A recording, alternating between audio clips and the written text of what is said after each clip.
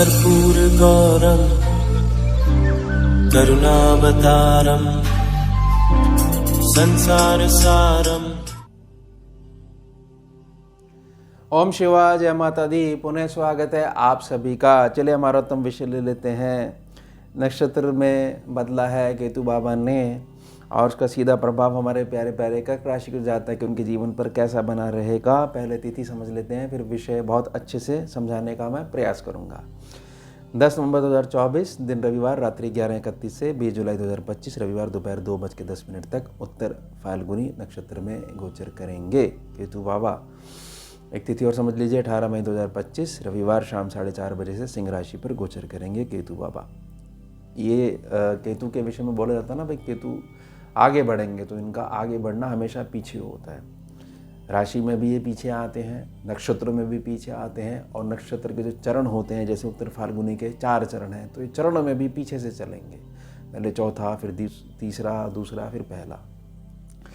यह चरण जो शुरू करेंगे, चौथे शुरू करेंगे, और जो ये डेट है 18 मई 2025 रविवार की, इसमें पहले चरण में आ जाएंगे। तो पहले के जो 3 चरण है, यानी पीछे से 3 चरण है, वह शनि बाबा के पास हैं, और पहला चरण है बृहस्पति देव के पास। नक्षत्र का जो मूल है वह है सूर्य देव के पास, और जहाँ केतु बाबा इस समय बैठे हुए हैं वह है कन्या राशि यानी बुध देव के पास। इन तीनों को ना मिला लीजिए, राशि को मिला लीजिए, नक्षत्र को मिला लीजिए और चरण को मिला लीजिए। अब समझते हैं ये इन तीनों के मिलाने से क्या सम्मुख आता है। राशि हो गई शरीर, शरीर हो गया बुध का। नक्षत्र जो हो गया उत्तर फाल्गुनी नक्षत्र हो गया, वह हो गई आत्मा। शरीर के अंदर आत्मा किसकी है? सूर्य देव की। और आत्मा का जो स्तर है, किस लेवल की जो आत्मा है, चेतना का जो स्तर है, वह हो गया शनि यानी पद, चरण। तो बुध, सूर्य और शनि तीनों को मिला लीजिए, तीसरे स्थान को मिला लीजिए, और केतु की थोड़ी सी प्रकृति मिला लीजिए। तो होने क्या वाला है, मूल समझ लीजिए कि किसके ऊपर फर्क पड़ेगा और कौन मुक्त रहेगा। जिसका बृहस्पति देव बहुत अधिक मजबूत हैं, ग्रह बृहस्पति देव बहुत मजबूत हैं, शनि बहुत फाइन ऊर्जा देते हैं, यानी जो व्यक्ति मैच्योर्ड है, जिसने जीवन के सारे सुख और दुख देख लिए हैं, मैच्योरिटी का लेवल बहुत ही अलग है, बहुत धैर्य से काम लेता है, एकदम से कुछ नहीं बोलता है, ज़रूरी नहीं समझता कि हर जगह मेरी ही बात मानी जाए, हमेशा यह देखता है कि कई स्थानों पर चुप रहने से भी कार्य बन सकते हैं, यानी कि बहुत अधिक चतुर है और बहुत अधिक धैर्यवान है, गुणों से भरा हुआ है। किसी भी रूप में आजीवन उसके ऊपर केतु देव का प्रभाव नहीं पड़ सकता है, केवल नकारात्मक रूप में। इसके अलावा जो भी इमेच्योर पर्सन है उसके ऊपर हमेशा पड़ता रहेगा केतु बाबा का प्रभाव, क्योंकि केतु ग्रह के पास एक बहुत बड़ी कमी है, उनके पास सर नहीं है, ब्रेन ही नहीं है। जो कुछ है हृदय के रूप में कल्पना है, और उसी को उसी हृदय की आंखों से देखने का प्रयास करते हैं, जो कि वास्तविकता के साथ मेल नहीं खाता है कई बार। ये ध्यान रखिएगा। तो मूल समझ लीजिए, मूल क्या होने वाला है। मूल यह होने वाला है कि आपकी प्रकृति में अगर इसका नकारात्मक प्रभाव पड़ता है तो यह क्लियर हो जाएगा कि आपकी लगन कुंडली में बृहस्पति देव ठीक ढंग से ऊर्जा नहीं दे पा रहे, यानी मैच्योरिटी नहीं है आपके पास। वह मैच्योरिटी सम्मुख व्यक्ति को ज़बरदस्ती बोलनी पड़ती है। आप खुद बोलते हो कि जी मैंने बहुत दुनिया देखी हुई है, देखिए मुझे बहुत अनुभव है, ये सब बोल बोल के बता रहे हो। यही दर्शाता है कि बृहस्पति देव वीक है और शनिदेव आराम से कोने में बैठे हुए हैं। ये कुछ ना गुण होते हैं, बात करने के ढंग से पता लग जाता है। ज़रूरी नहीं कि हमेशा कुंडली को ही विचार करा जाए, स्कैनिंग के पैनल पे डाला जाए। तो यहाँ से 5 प्रभाव पड़ेंगे। पहला प्रभाव पड़ेगा व्यर्थ की झुंझलाहट, व्यर्थ का हर एक व्यक्ति से कंपटीशन की भावना आ जाना। जैसे आपने देखा ना, आप हाईवे पे गाड़ी चला रहे हो, केतु से प्रभावित व्यक्ति कोई पास से निकला, ज़बरदस्ती से रेस लगाने लग गए। व्यर्थ की, आराम से अपना चल रहे हो, इन बातों पे, छोटी छोटी बातों को बहुत हृदय से लगा लेना, दिल से लगा लेना, यह है गोचरीय प्रभाव, नक्षत्र में प्रभाव। और पद जो है शनिदेव का जो चौथा चरण है उसका प्रभाव। यह भी ध्यान रखिएगा कि आपको मुक्ति भी मिलने वाली है ढैया से अगले साल, और जैसे ही मुक्ति मिलेगी आपको ढैया से, तो शनि और केतु आमने सामने आ जाएंगे, क्योंकि शनि मीन राशि पे आ जाएंगे।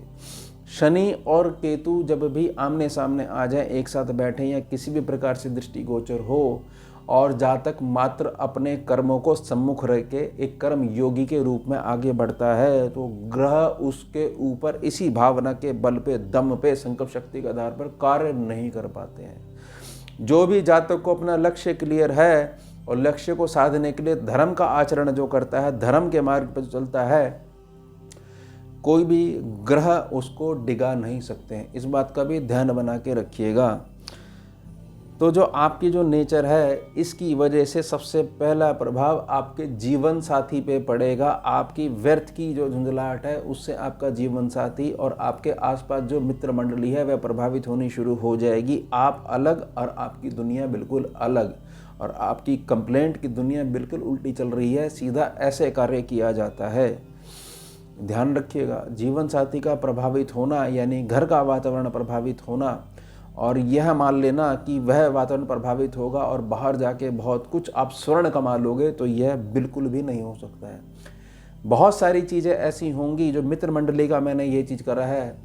आपका जो भी सेक्शन है जहाँ से आपकी नियमित कमाई आती है, वहाँ के जो संबंधित व्यक्ति हैं उनसे आपकी आदतों के कारण बिगड़ सकती है, और आपके व्यर्थ में, ऑफिस में, रोजगार में, व्यापार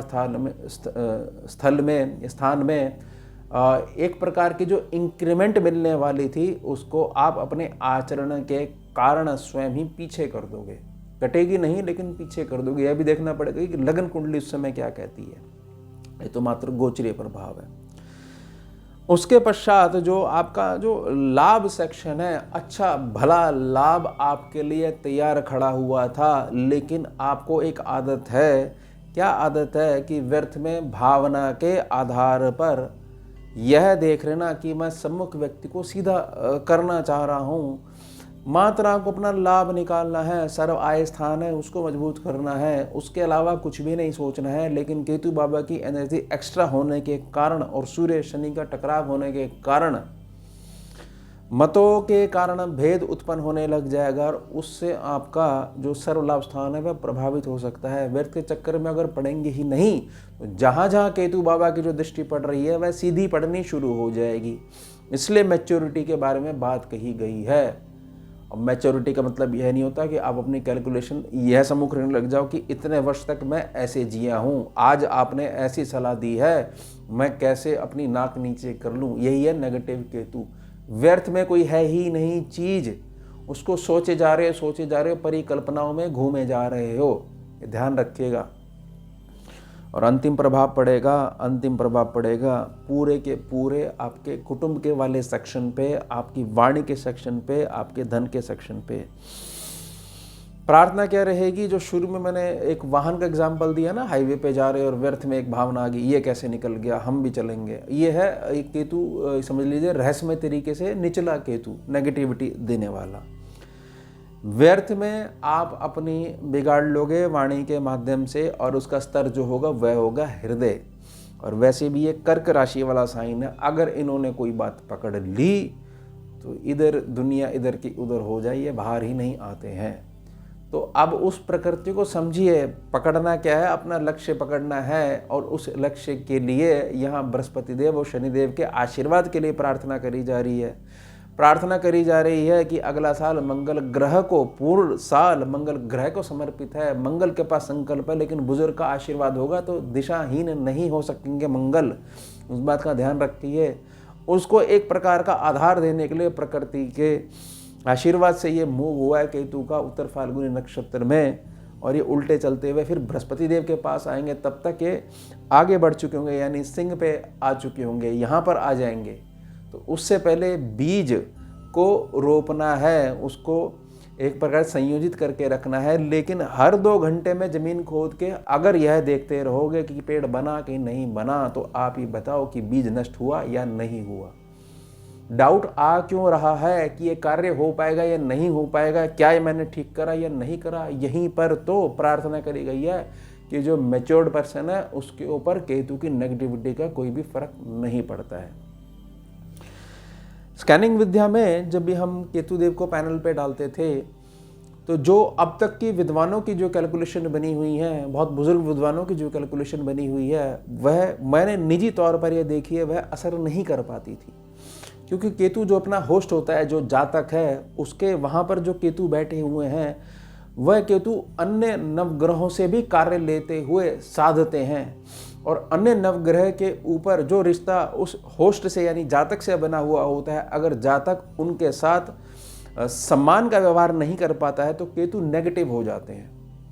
अब यह चीज़ अगर समझ में नहीं आई है तो प्रार्थना रहेगी कि केवल कर्म योगी की जो गणना है, अपने लक्ष्य को केंद्र में रखते हुए पूर्णतः मैच्योरिटी के साथ आगे बढ़िए, और सारी चीज़ें आपकी बिल्कुल खड़ी हुई हैं आपको लाभ देने के लिए। क्योंकि केतु जब लाभ देते हैं तो कोई ग्रह बीच में उसके लाभ को काट नहीं सकता है, ध्यान रखिए। और अगला वर्ष जो है वो मंगल देव का है, ये ध्यान रखिएगा।